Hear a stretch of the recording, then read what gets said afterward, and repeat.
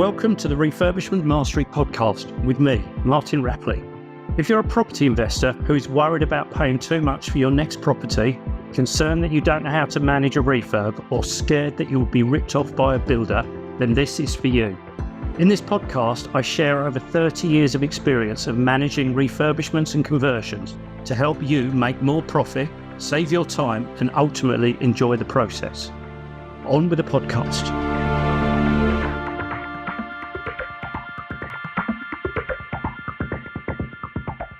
Hi there. How do you select the best builder for your project? I'm sure a lot of you have answered that or will answer that with the word price or something relating to price. The builder that was the cheapest, the builder that gave me the lowest price, or something of that nature. Well, in this episode, I wanted to just sow some seeds with you to help you understand that perhaps price isn't always the only factor that you need to consider. And the other two things that I really want to just sow the seeds with you in this episode about are speed and quality, because I believe there are other factors than just price that we should be considering when we are selecting the best builder for our property. There's no doubt that price is important, but I think that speed and quality can also be important in that decision-making process.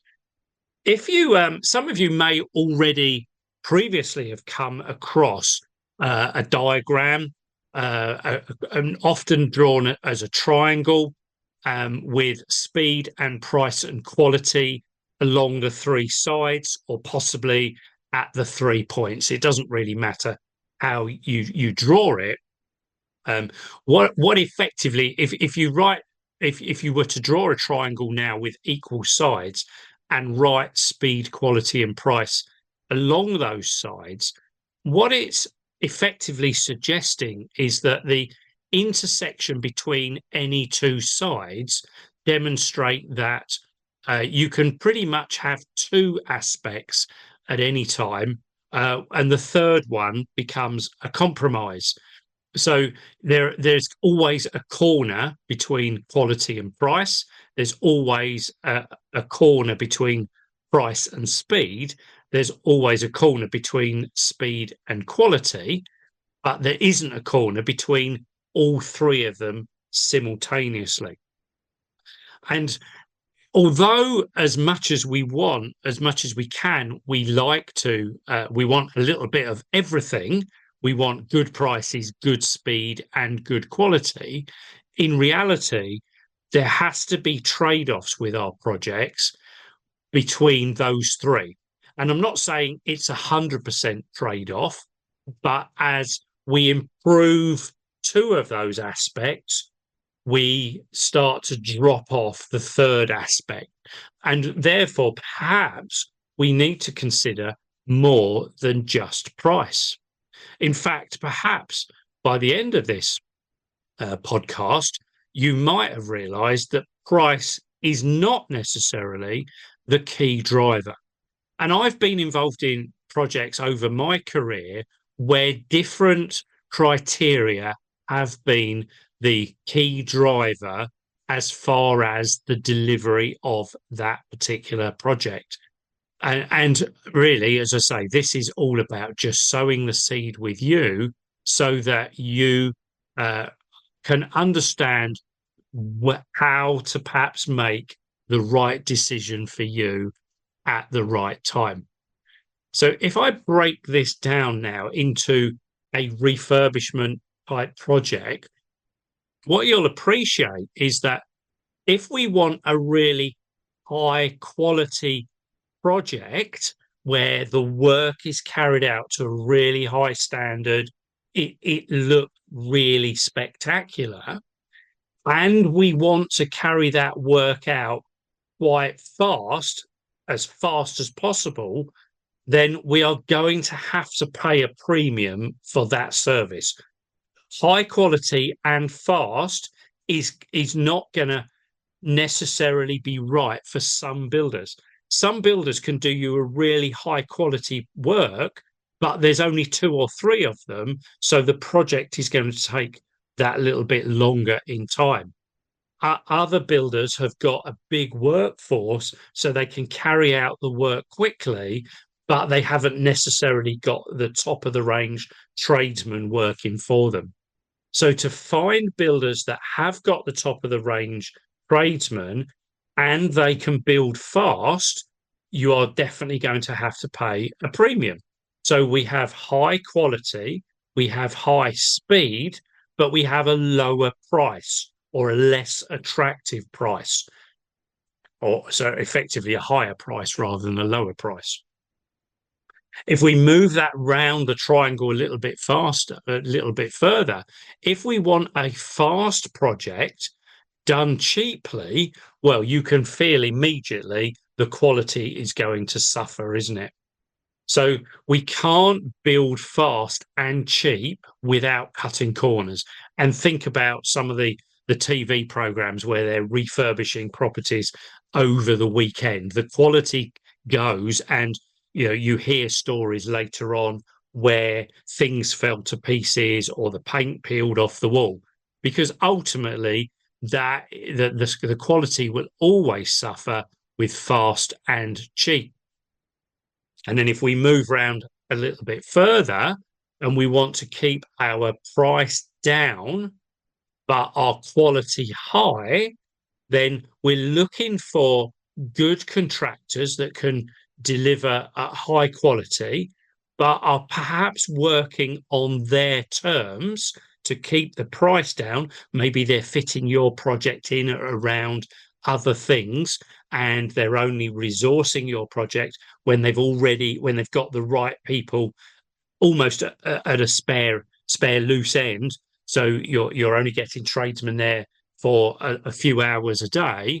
That is going to affect the speed of your project. So low price, high quality is going to be slow to deliver. So just have a think about what's right for you. I started off the podcast acknowledging that I think a lot of people select the right builder based on price. Well, let me tell you, you can probably select the right builder based on more than just price. But on the assumption that we can't have a really good price and fast and high quality, then the decision is, if you are selecting a builder primarily on price, what else would you like to select that builder on? Is speed important? Is quality important? And I'm not saying it's 100% price, 100% speed, and therefore no quality, or 100% price, 100% quality, and no speed. It's what are you trading off on your particular projects that you're working on? And really just encouraging you to think about what is important to you when you get a project delivered.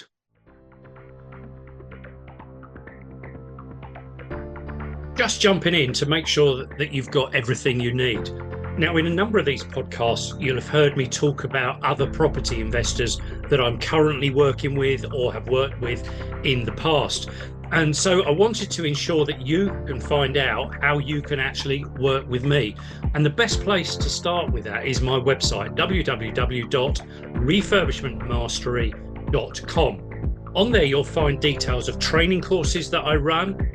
You'll find details about my community, and also how you can work with me on a one-to-one basis when you are progressed far enough down the line. And then if you're not really sure what's right for you and how we can work together, then there's a button at the top. Just hit the button at the top that says book a call. It's absolutely free. It will take you to my diary, find a slot, and we'll be able to talk in the next couple of weeks.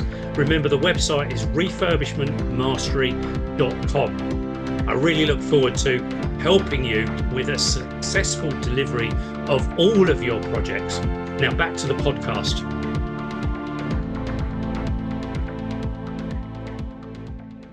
And let me tell you how my thinking goes on this for not most of my projects, not all of my projects, but for a lot of my projects, my thinking is that quality is actually important for me because I'm going to be holding this property in my portfolio for a longer period.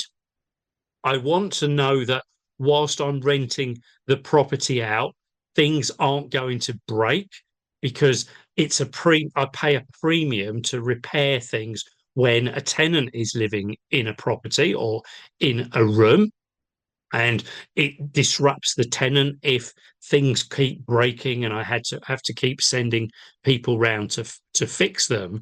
And ultimately, when things break in an occupied property, you're more likely to cut the corner with the repair and almost almost plaster over the problem rather than properly repair it, because the proper repair may be inconvenient for the tenant, um, or too disrupting for the property or something like that. So on that basis, quality is actually important to me, and to a larger extent is quite a high driver in my decision making as far as which contractor am I actually going to select for a property.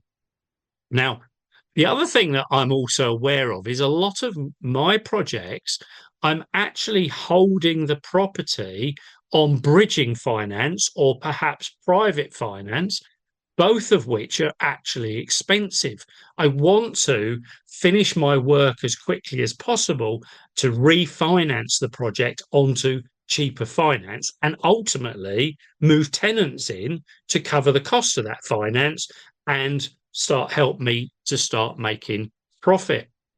So as a result, I find for me that speed is also really, really important. Now, price. How do I view price? Well, a lot of the time now, I'm working with the same builder or the same builders most of the time. So I've found my preferred builders over the years, and I will quite often select one from those builders, and quite often negotiate the price with the builders, often starting from my budget, asking them to look at my budget, verify that they believe the figures are about right, and verify that they can deliver the project for my budget, which most of the time is achievable. Every now and again, there'll be some discussion points. That they won't very often come back and say that they can do it cheaper.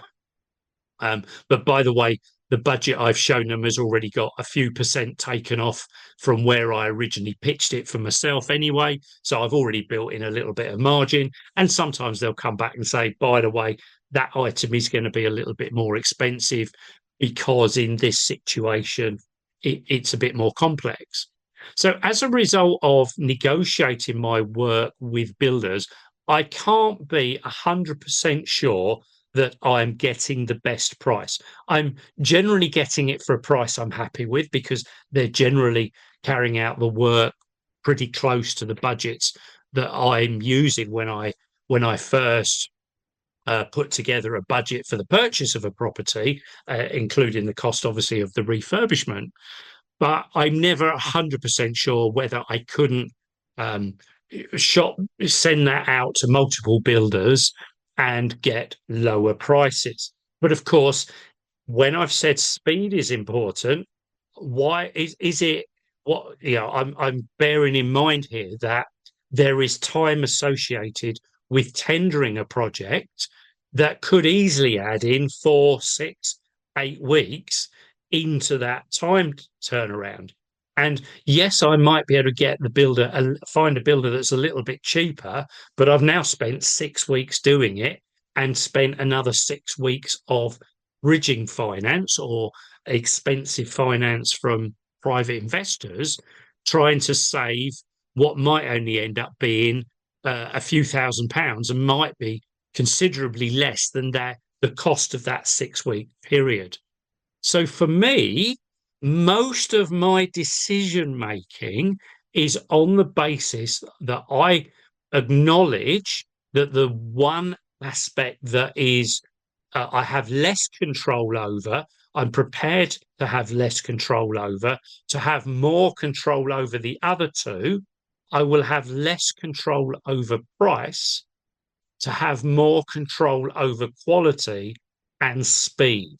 So personally, for me, when I'm selecting contractors, I want a high quality contractor that can carry out the work fast. And I'm less concerned. I'm not saying I'm totally not concerned, but I'm less concerned about price. Now, everyone has their own metrics. Which is right for you? Speed, quality, or price? Which are the two that you are going to push more toward and accept the compromise over? There may actually be one that you'll accept more toward with two compromises, but why make two compromises? And realistically, we perhaps want a contractor that's slap bang in the middle of all three. But where I wanted to get to with this episode was really just to sow the seed that price may not be your sole driver. And for some of you, now that I've explained my thinking, you might realize that actually for you, price also doesn't need to be the key driver. And I want to leave you with the point that really, as you get more established as a property investor, you too will get to the point where you would rather work with a safe, trusted builder to some extent, therefore setting the price aside to ensure that you're getting quality and speed as well. You may not be in that place at the moment, but for many, many property investors, as you get more established, I guarantee that's where you'll get to. So really good luck with your projects.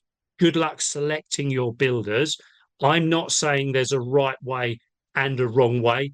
I really wanted to just sow the seed that there are different ways of actually working out the best way of selecting a builder, and also sow the seed that personally I probably are selecting builders in an opposite way, in a different way from how many property investors are, although I'm probably selecting builders in the same way that the more established, the more experienced property investors are. So that will become you at some point, I really hope.